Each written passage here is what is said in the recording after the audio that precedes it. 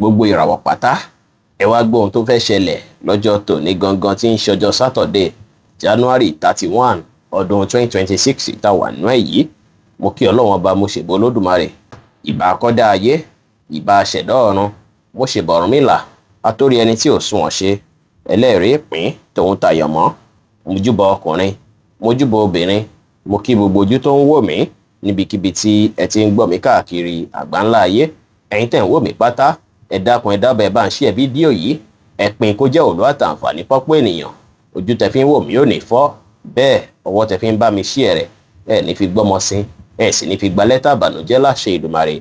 Ẹ̀yin oníràwọ̀ iná tó kanran yan Harris tàbí láàrin March 21 sí April 20 ọjọ́ mọ̀lẹ́bí lọ́jọ́ tòní jẹ́ o. Láṣẹ ń bí ìgbà pé kẹ́ ẹ lo àkókò tó dára pẹ̀lú mọ̀lẹ́bí lọ́jọ́ tòní, ó dára púpọ̀ kí ẹ ṣe bẹ́ẹ̀. Látàrí pé tẹ bá ṣe ìyá bí kì bá ṣe pẹ̀yìn àti mọ̀lẹ́bí yín, ó dára kó dùn kó dánmọ́rán. Tó bá sì ṣe é pé ó léèyàn kan nù mọ̀lẹ́bí yín tó tójọ́ mẹ́ta tí ẹ ti gbóhùn wọn, ó dára kẹ́ bẹ̀ wọ́n wò lọ́jọ́ tòní, kí ẹ gbóhùn wọn lọ́jọ́ tòní. Lọ́jọ́ tòní ó dára kẹ́ tètè ṣe láàyè iṣẹ́, kẹ́ tètè close láti lọ lo àkókò àti ìgbà pẹ̀lú mọ̀lẹ́bí. Ó dára púpọ̀ kẹ́ ṣe dáadáa sí wọn, kẹ́ fi ìfẹ́ àti àyà sí wọn, kẹ́ fọjọ́ tòní lẹ́fún mọ̀lẹ́bí dára. Aago 9 láàárọ̀ sí aago 10 láàárọ̀ jẹ́ àkókò èyí tó dára jù fún yín tí ń ṣe lucky hour fún yín lẹ́nìí tí kọ́lọ̀ grey sì jẹ́ kọ́lọ̀ èyí tó dára jù fún yín láti wọ̀ láṣọ ní ọjọ́ tòní. Ẹ̀yin oníràwọ̀ ìrùpẹ̀ alámọ̀ Taurus tàbí láàrin April 21 sí May 20 ọjọ́ oríire lọ́jọ́ tòní jẹ́ fún yín o. Ẹ má hide talent yín rárá, ẹ ṣọ́ ara yín dáadáa. Gbogbo nǹkan tẹ bá mọ̀ ṣe ní iṣẹ́ kẹ́ fi hàn aráyé, ẹ prove capability yín dáadáa kí gbogbo èèyàn mọ̀ pé lágbájá yìí nǹkan tó ń ṣe yìí ó mọ̀ pẹ́ dáadáa tó. Èyí máa bí kí àwọn ilẹ̀kùn kan kó ṣí fún yín, àwọn ilẹ̀kùn tẹ́ òró kan rárá. Ilẹ̀kùn oríire lè ṣí fún yín látàrí eléyìí tí inú yín máa dùn wípé ẹ express ara yín dáadáa, tó ṣe pé àwọn ọ̀rọ̀ tí ẹ bá tún sọ lọ́jọ́ tòní á jẹ́ tó máa wà very cashy, tó máa wà cashy gidi gan, á dàbí pàkúté fáwọn ènìyàn ní. Kódà ẹ lè fi ọ̀rọ̀ dèèyàn mọ́lẹ̀ lọ́jọ́ tòní. Ẹ rí dájú pé ẹ lo talent tọ́lọ́run bá fún yín yìí, ẹ lo ọpọlọ pípé yín, kẹ́ ẹ lo bẹ ṣe ń tẹpá mọ́ṣẹ́ sí àti bí ẹ ṣe ń sọ̀rọ̀ sí lọ́jọ́ tòní. Èyí á ràn yín lọ́wọ́ dáadáa. Ẹ bá wọn yàn sọ̀rọ̀ pẹ̀lú ìfẹ́, ẹ bá wọn ṣe pẹ̀lú àwàdà àti ẹ̀rín, kí ẹ sì fi ìgboyà ṣe ohunkóhun lè ní dára. Aago 11 láàárọ̀ sí aago 12 ní ọ̀sán jẹ́ àkókò èyí tó dára jù fún yín tí ń ṣe lucky hour fún yín lẹ́nìí tí kọ́lọ̀ mustard sì jẹ́ kọ́lọ̀ èyí tó dára jù fún yín láti wọ̀ láṣọ ní ọjọ́ tòní. Ẹ̀yin oníràwọ̀ afẹ́fẹ́ aláwàdà Gemini tàbí láàrin May 21 sí June 21 ire owó máa wọlé fún yín dáadáa lọ́jọ́ tòní o. Àwọn kan rere máa rọ̀gbà yín ká. Ọ̀pọ̀ yín ó ṣeéṣe kí ẹ máa náwó lórí àwọn kan tó ṣe kókó lásìkò yìí. Bóyá ẹ fẹ́ ra ilẹ̀, ẹ fẹ́ kọ́lé ní, àbí ẹ fẹ́ ra mọ́tò, àwọn kan yẹn ó ṣeéṣe kí ẹ fẹ́ náwó lé lórí lásìkò yìí. Àsìkò yìí wá dára kí ẹ ṣe àwọn nǹkan wọ̀nyí o, látàrí pé ó dára púpọ̀. Nǹkan tẹ bá rà lọ́jọ́ tòní kò ní sí regret ń bẹ́ẹ̀. Fẹ́yìn tẹ bá ń gbèrò pé mo fẹ́ ra ilẹ̀, mo fẹ́ kọ́lé, mo fẹ́ gbé nǹkan rí ṣe, tẹ bá lówó ẹ̀ lọ́wọ́ ẹ ṣe lọ́jọ́ tòní, kò sí wàhálà. Ẹ múra dáadáa lẹ́nìí kí ẹ dùn rí lójú, ẹ ṣe dáadáa sáwọn èèyàn, kí ẹ bá àwọn èèyàn sọ̀rọ̀ pẹ̀lú ìfẹ́. Aago 12 ní ọ̀sán sí aago 1 ní ọ̀sán jí àkókò èyí tó dára jù fún yín tí ń ṣe lucky hour fún yín lẹ́nìí tí kọ́lọ̀ dark green sì jẹ́ kọ́lọ̀ èyí tó dára jù fún yín láti wọ̀ láṣọ ní ọjọ́ tòní. Ẹ̀yin oníràwọ̀ omi agbára Cancer tàbí láàrin June 22 sí July 22 inú yín máa dùn láti inú wá lọ́jọ́ tòní o. Ẹ máa ní clarity of thought, kódà àwọn àlá tẹ bá lágàn ó máa wà very straight and clear dáadáa. Ẹ retí àwọn opportunity kan láti ìlú òkèèrè lọ́jọ́ tòní. Opportunity ilé jọmọ́ ti iṣẹ́ ọjọ́ tòní jọjọ́ tó dára púpọ̀ fẹ́yìn tó ṣe é pé ń wá iṣẹ́ o. Ẹ̀yin tẹ bá ń wá iṣẹ́ tẹ ti submit application sí company kan tẹ́lẹ̀, pàápàá company tó jìnnà sí yín bóyá láti abroad, ó ṣeé ṣe kí ẹ rí ìpè ìdùnnú látọ̀dọ̀ wọn lọ́jọ́ tòní o. Ẹ̀yin tẹ̀ ń wá iṣẹ́ náà ẹ lè apply lọ́jọ́ tòní.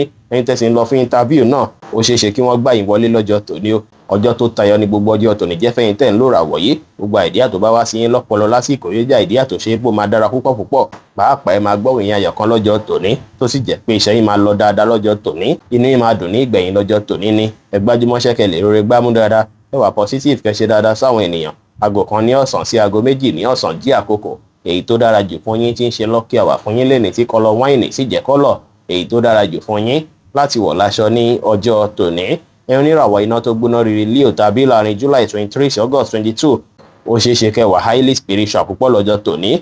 Subconscious mind yín ó máa wà activated dáadáa lọ́jọ́ tòní o, tó ṣe pé ó ṣeé ṣe kí ẹ ní ìmísí. Àwọn kan máa lọ nínú ọkàn yín lọ́jọ́ tòní púpọ̀ púpọ̀. Ọjọ́ tòní jọjọ́ tó ṣe pé ẹ ní láti lòdì sí pé à ń ṣe ìpè fún yàn pátápátá, kí èpè tẹ bá ṣẹ́ kó má lọ ṣẹ́ lójijì. Lọ́jọ́ tòní ẹ wulẹ̀ spare àkókò kan, ẹ create àkókò díẹ̀ láti fi wà lẹ́yìn nìkan, láti fi ṣe prayer, láti bá orí inú yín sọ̀rọ̀, láti pray. Ó ṣeé ṣe kí àwọn nǹkan tí ẹ pray fún yìí ó ṣeé ṣe kí ó di ìmúṣẹ lọ́jọ́ tòní. Tó bá ṣe pé ọkàn yín ti dàbí ìgbà pé ó ń wúwo látijọ́ mẹ́ta, ẹ ṣe prayer lórí rẹ̀. Tó bá sì jẹ́ nǹkan tó ṣe pé ẹ̀yin fúnra yín lè ṣiṣẹ́ lé lórí, ẹ wá solution lé lórí. Tó bá sì jẹ́ pé issue láàárín ẹ̀yin àtèèyàn kan ni, ẹ wá gbogbo ẹ ṣe fẹ́ rọlẹ̀ lásìkò yìí, kẹ́ free mind yín, ẹ má sùn láì tọ́nà sùn, ẹ má wọṣọ dúdú birimù látòkè délẹ̀, ẹ má dá sọ́rọ̀ tí wọ́n pè é sí àbẹ́yẹ tí ó kàn yín. Ẹ ṣe dáadáa sáwọn èèyàn, kí ẹ ní ìrẹ̀lẹ̀, kí ẹ pa gbogbo àṣírí yín mọ́, àwọn pílánì kí ẹ pa mọ́ láṣìírí kí ó lè rí bí ẹ ṣe ń fẹ́. Aago 5 ní ìrọ̀lẹ́ sí aago 6 ní ìrọ̀lẹ́ jí àkókò èyí tó dára jù fún yín tí ń ṣe lucky hour fún yín lénìí tí kọ́lọ̀ blue sì jẹ́ kọ́lọ̀ èyí tó dára jù fún yín láti wọ̀ láṣọ ní ọjọ́ tòní. Ẹ̀yin oníràwọ̀ ìpẹ́ funfun Virgo tàbí láàrin August 23 sí September 23, inú yín máa dùn púpọ̀ lọ́jọ́ tòní o. Ẹ máa rí ìdùnnú rẹpẹtẹ láyìíká àwọn ọ̀rẹ́ yín àtàwọn olólùfẹ́ yín. Àwọn ọ̀rẹ́ yín máa ṣàwọn nǹkan tó ṣe pé á bí kí ẹ rẹ́rìn músẹ́músẹ́. Ọjọ́ tòní jọjọ́ tó dára púpọ̀ láti lo àkókò àti ìgbà pẹ̀lú mọ̀lẹ́bí àti ọ̀rẹ́. Ẹ múra dáadáa lẹ́ni kí ẹ dùn rí lójú. Ẹ má sọ̀rọ̀ òdì àbí ọ̀rọ̀ àìtọ́ sí èèyàn. Ẹ ṣe dáadáa sáwọn èèyàn kí ẹ bá àwọn èèyàn sọ̀rọ̀ pẹ̀lú ìfẹ́. Aago 12 ní ọ̀sán sí aago 1 ní ọ̀sán jí àkókò èyí tó dára jù fún yín tí ń ṣe lucky hour fún yín lónìí tí kọ́lọ̀ navy blue sì jẹ́ kọ́lọ̀ èyí tó dára jù fún yín láti wọ̀ láṣọ ní ọjọ́ tòní. Ẹ̀yin oníràwọ̀ afẹ́fẹ́ márìmí fín Libra tàbí láàrin September 24 sí October 23, iṣẹ́ yín ló máa wà lọ́kàn yín púpọ̀ gbọ́ lọ́jọ́ tòní ó tó ṣe é pọ́jọ́ tòní jẹ́jẹ́ tó dára, ṣùgbọ́n ní láti rí dájú pé ọlọ́pọlọ pípé àti bẹ́ẹ̀ ṣe ń tẹpá mọ́ṣẹ́ sí kẹ́ lò lọ́jọ́ tòní. Ẹ má ṣe mẹ́lẹ̀, ẹ má ṣọ̀lẹ rárá, kí ẹ sì má sẹ́ńkì bóyá iṣẹ́ kan kéré, ẹ má procrastinate rárá. Ẹ wulẹ̀ fókọ̀sì lórí iṣẹ́ dáadáa lásìkò yìí, kẹ́ sì lo IQ yín kẹ́ lọ́pọlọ pípé yín dáadáa lọ́nà tó máa gbà ràn yín lọ́wọ́. Tí ẹ bá ṣe eléyìí ní yín máa dùn ní ìgbẹ̀yìn. Ẹ mọ́kàn balẹ̀ kí ẹ sì fi ìgboyà mójútó ohunkóhun lénìí pẹ̀lú. Aago 6 ní ìrọ̀lẹ́ sí aago 7 ní àṣálẹ́ jí àkókò èyí tó dára jù fún yín tí ń ṣe lucky hour fún yín lénìí tí kọ́lọ̀ black sì jẹ́ kọ́lọ̀ èyí tó dára jù fún yín láti wọ̀ láṣọ ní ọjọ́ tòní. Ẹ̀yin oníràwọ̀ omi tútù Scorpio tàbí láàrin October 24 sí November 22, àsìkò ti tó wáyé láti showcase àwọn product yín fáráyé o. Lọ́jọ́ tòní ẹ máa wà creative, àrà sì máa kàn wọ́n yín tẹ̀lé dá láàyè iṣẹ́ lọ́jọ́ tòní. Ẹ tẹpá mọ́ṣẹ́, títẹpá mọ́ṣẹ́ yín ó máa bí àwọn opportunity fún yín dáadáa lọ́jọ́ tòní o. Àwọn èèyàn máa wá látọ̀nà jíjìn láti wá patronize yín, láti wá bá yín dúnàdúrà, láti wá fún yín ní iṣẹ́. Àsìkò yìí kẹrẹ tí àwọn ìròyìn ayọ̀ dáadáa lọ́nà kanà láti ìlú òyìnbó láti ibi tó jìnnà lọ́jọ́ tòní. Èyí kì í ṣe bóyá agbára creativity yín ló fẹ́ fa eléyìí, ṣùgbọ́n bọ́lá ń ṣe ní ọjọ́ tòní máa wáyé, òun ló fẹ́ wáyé yìí. Ọ̀pọ̀ ènìyàn tí ń wo iṣẹ́ yín látijọ́ mẹ́ta tẹ́yìn gan tí ẹ̀ fura tí wọ́n wò pé bẹ́ẹ̀ ni ìṣe ń ṣiṣẹ́ mo nífẹ̀ẹ́ sí tó ṣe é pé àsìkò yìí gangan ló máa fẹ́ patronize yín tó sì jẹ́ pé wọ́n lè fẹ́ rí ìwọ́dù yín gan pẹ̀lú. Ọjọ́ tòní jọjọ́ oríire fẹ́yìn tẹ́ ń lò ràwọ̀ yìí, travel opportunity máa wáyé rẹpẹtẹ. Ó ṣeé ṣe kí travel pọ̀ fẹ́yìn tẹ́ ń lò ràwọ̀ yìí lọ́jọ́ tòní.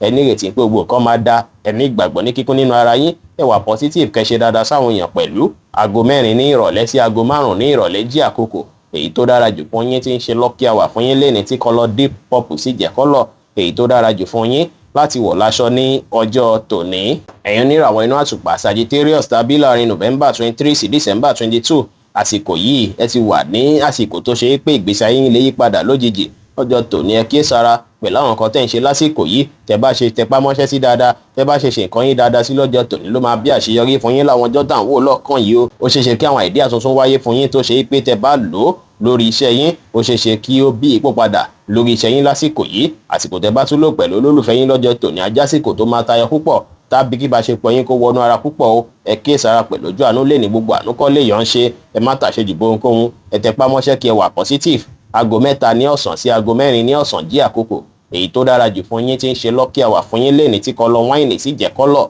èyí tó dára jù fún yín láti wọ̀ láṣọ ní ọjọ́ tòní. Ẹ̀yin oníràwọ̀ èròpè eléruku Capricorn tàbí láàrin December 23 sí January 19, ọjọ́ ìfẹ́ lọ́jọ́ tòní jẹ́ o. Ọjọ́ ìfẹ́ gbà ló jẹ́. Ìbáṣepọ̀ yín àti olólùfẹ́ yín á tún gòkè sí, á tún peléke sí dáadáa lénìí. Olólùfẹ́ yín á ṣe nǹkan tó máa mú kí inú yín dùn. Ọjọ́ tòní sì jọjọ́ tó dára púpọ̀ kẹ́ fi lo àkókò àti ìgbà pẹ̀lú olólùfẹ́ yín yìí. Ẹ ṣe dáadáa sí wọn, ẹ fi ìfẹ́ àtọ̀yàyà wọn sí wọn dáadáa. Ẹ jẹ́ kó mọ̀ pé ẹ nífẹ̀ẹ́ wọn púpọ̀ púpọ̀. Ọjọ́ tòní jọjọ́ tó ṣe é pé tí ìbáṣepọ̀ yín àti olólùfẹ́ yín tí ò bá sí ìfẹ́ rárá ń bẹ, ìfẹ́ yẹn máa jí dìde níbikíbi tí ó bá wà. Láàyè iṣẹ́ sì rèé, àwọn èèyàn máa nífẹ̀ẹ́ yín púpọ̀. Ẹ ní láti ní ìrẹ̀lẹ̀, ẹ bá àwọn èèyàn ṣe pẹ̀lú àwàdà tí ẹ ní kí ẹ sì pọ́n tèwe tàgbàlé pẹ̀lú. Aago 2 ní ọ̀sán sí aago 3 ní ọ̀sán jí àkókò èyí tó dára jù fún yín tí ń ṣe lucky hour fún yín lénìí tí kọ́lọ̀ deep pink sì jẹ́ kọ́lọ̀ èyí tó dára jù fún yín láti wọ̀ láṣọ ní ọjọ́ tòní. Ẹ̀yin oníràwọ̀ afẹ́fẹ́ oníbìnú Aquarius tàbí láàrin January 20 sí February 19, ẹ gbáradì látàrí pé iṣẹ́ tuntun lè wọlé lọ́jọ́ tòní. Ẹ lè láwọn challenges kọ̀ọ̀kan tẹ́ fẹ́ mójútó lọ́jọ́ tòní. Ọjọ́ tòní ẹ máa busy púpọ̀ púpọ̀. ṣùgbọ́n ní láti rí dájú pé bẹ́ẹ̀ ṣe ń bísí yẹn tún wòye tí lè rárá yín o tẹ́ bá ṣe ń tẹpá mọ́ṣẹ́ sí náà ní kẹ́ṣe tún máa wà kí ẹ fún sí tó bá dàbí ìgbà pò tí rẹ̀ yín kẹ́rí dájú pé ẹ rìláàsì dáadáa kó má jẹ́ pápádà rẹ̀ yín tẹ́ pátápátá ìlera ara yín ni kó síwájú lọ́jọ́ tòní o ẹ má finú tọ́yàn rárá ẹ má gbára léèyàn rárá ẹ fètò sí nǹkan yín lè ní kẹ́ fọgbọ́n àtòyé tó lọ́n fi yín ṣohun kóhun kẹ́ sì ṣe dáadáa sáwọn èèyàn pẹ̀lú aago 2 ní ọ̀sán sí aago 3 ní ọ̀sán jí àkókò èyí tó dára jù fún yín tí ń ṣe lucky hour fún yín lè ní tí kọ́lọ̀ dark green sì jẹ́ kọ́lọ̀ èyí tó dára jù fún yín láti wọ̀ láṣọ ní ọjọ́ tòní ẹ̀yin oníràwọ̀ omi tí kì í ru Pisces tàbí láàrin February 20 sí March 20 nǹkan tẹ̀ ń retí bí owó tẹ̀ ń retí láti jọ yìí ó ṣeé ṣe kí owó yẹn kó wọlé lọ́jọ́ tòní o kí báàgì yẹn kún fún owó lọ́jọ́ tòní kẹ́sì kí ọ báàgì yẹn àsìkò yìí ó ṣeé ṣe kí ẹ tún láwọn kankan tí ẹ máa tún fẹ́ náwó lé lórí tó máa jẹ́ nǹkan tuntun bóyá ilé tuntun bóyá mọ́tò tuntun kan àbí nǹkan tẹ́ tí ń fẹ́ rà nǹkan tẹ́ tí ń fẹ́ ní látijọ́ yìí ọjọ́ tòní ní máa dùn pẹ̀lú bí ìgbésí ayé yín ṣe ń lọ ó ṣeé ṣe káwọn challenges yín kí ó wá bí àṣeyọrí lásìkò yìí o ọjọ́ tòní máa wà very creative ìgboyà máa wà fún yín dáadáa àwọn èèyàn máa comment iṣẹ́ yín tí wọ́n á tún recommend ẹ̀ fáwọn ẹlòmíràn ọjọ́ tòní gbogbo nǹkan tẹ́ bá ṣe pátá làwọn èèyàn máa appreciate tó sì jẹ́ pé ẹ máa rí ìdùnnú ní ìgbẹ̀yìn ẹ ṣòtítọ́ ẹ ṣòdodo láwùjọ àwọn ènìyàn ẹ gbájúmọ́ṣẹ́ kẹ́ tẹpámọ́ṣẹ́ kí ẹ sì wà determine dára lénìí aago 3 ní ọ̀sán sí aago 4 ní ọ̀sán jí àkókò èyí tó dára jù fún yín tí ń ṣe lucky hour fún yín lénìí tí kọ́lọ̀ góòdù sì jẹ́ kọ́lọ̀ èyí tó dára jù fún yín láti wọ̀ láṣọ ní ọjọ́ tòní bí ó ṣe jẹ́ nìyẹn fún gbogbo orúfẹ́ ìràwọ̀ 12 tó wà pátá ẹ̀yin tẹ́ ń wò mí pátá ẹ má gbàgbé pé Ọlọ́run bọ Olódùmarè nìkan lọ́ba tó ní ìmọ̀ jùlọ ẹ̀yin tẹ́ fẹ́ ṣèwádìí onírúurú láǹfààní àti kàn sí wa ní WhatsApp 09033897161 ire gbogbo ajẹ́ tiwa lónìí lọ́sẹ̀ yìí lóṣù yìí àti ní gbogbo ọjọ́ ayé wa láṣẹ Ìdùmarè ire o.